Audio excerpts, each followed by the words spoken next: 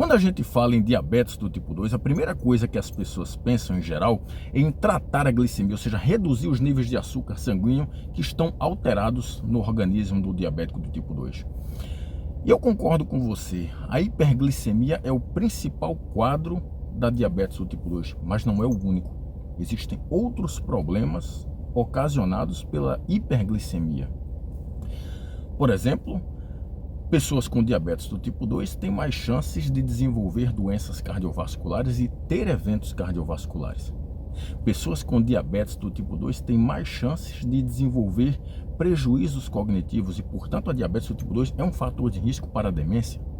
Pessoas com diabetes do tipo 2 têm um perfil inflamatório alterado, parecido com a obesidade e outras doenças que alteram o perfil inflamatório. E a gente sabe que o perfil inflamatório num diabético do tipo 2 está alterado porque as citocinas pró-inflamatórias estão alteradas. Existem várias citocinas pró-inflamatórias, dentre elas, as mais comuns, a interleucina 6, o fator de necrose tumoral alfa e a proteína C reativa. Existem várias, estou citando para vocês as 3 principais que são muito conhecidas. E o problema de ter um perfil inflamatório alterado é que esse perfil inflamatório alterado, ele aumenta as chances de um indivíduo desenvolver uma série de doenças como doenças cardiovasculares, outras doenças metabólicas, problemas na imunidade, ter eventos cardiovasculares, câncer, inclusive demência. Portanto, utilizar intervenções na tentativa de reduzir esse perfil inflamatório, ou seja, reduzir essas citocinas inflamatórias, essas intervenções são muito bem-vindas. E uma dessas intervenções é o exercício físico. Portanto, o exercício físico ele pode ser usado para reduzir os níveis de citocinas inflamatórias. Dentre elas, a proteína C reativa, que é o destaque que eu vou dar aqui nesse vídeo. Antes de eu começar a falar sobre a relação do exercício físico como forma de reduzir as citocinas inflamatórias, deixa eu te explicar o que seria a proteína C reativa. A proteína C reativa ela é uma proteína fabricada pelo teu fígado basicamente em 2 situações. Ou quando você está com um quadro infeccioso, que pode ser viral ou bacteriano. Por exemplo, se você tiver com um quadro infeccioso bacteriano, o nível de proteína C reativa é mais alto do que no quadro infeccioso viral. Ou se você estiver com um quadro inflamatório, que é muito comum na obesidade, no câncer, no HIV/AIDS, inclusive na diabetes do tipo 2. A diabetes do tipo 2 altera o perfil inflamatório, ou seja, os níveis de interleucina 6, fator de necrose tumoral alfa, proteína C reativa, resistina, dentre várias outras citocinas pró-inflamatórias, elas ficam alteradas. Então, quando a gente pensa em tratar um diabético do tipo 2, a gente não pode pensar apenas em tratar a glicemia, em reduzir a glicemia, mas melhorar todos os outros fatores que são alterados pela diabetes do tipo 2, inclusive o perfil inflamatório. E o exercício físico consegue fazer isso. E aqui eu quero dar destaque para o exercício resistido, no caso a musculação. O estudo que eu vou trazer hoje aqui para vocês, ele foi publicado por pesquisadores espanhóis, uruguaios, brasileiros e chilenos. Esse estudo foi publicado em 2022, portanto no ano retrasado. Foi uma revisão sistemática com meta-análise e esse estudo foi publicado na Diabetes and Metabolism Journal, ou seja, um jornal, uma revista específica na área de metabolismo e diabetes. E aí, como foi uma revisão sistemática com meta-análise, eles pegaram 11 estudos que investigavam os efeitos da musculação, ou seja, o efeito do treinamento resistido, na modificação de marcadores inflamatórios em pessoas que tinham diabetes do tipo 2.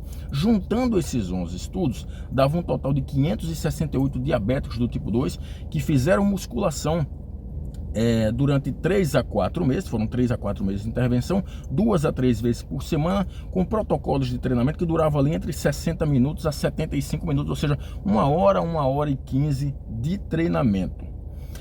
E aí, quais foram os resultados? Os pesquisadores verificaram, depois de analisar esses 11 estudos, que a musculação, os protocolos de musculação, os mais variados protocolos de musculação, conseguiram reduzir de forma significativa os níveis da proteína C reativa. No entanto, não houve reduções nos níveis do fator de necrose tumoral alfa, ou seja, o TNF-alfa, e da interleucina 6, mas houve reduções na proteína C reativa. Portanto, a gente pode dizer que a musculação ela tem um efeito anti-inflamatório no organismo de indivíduos com diabetes do tipo 2. E aí, vamos lá.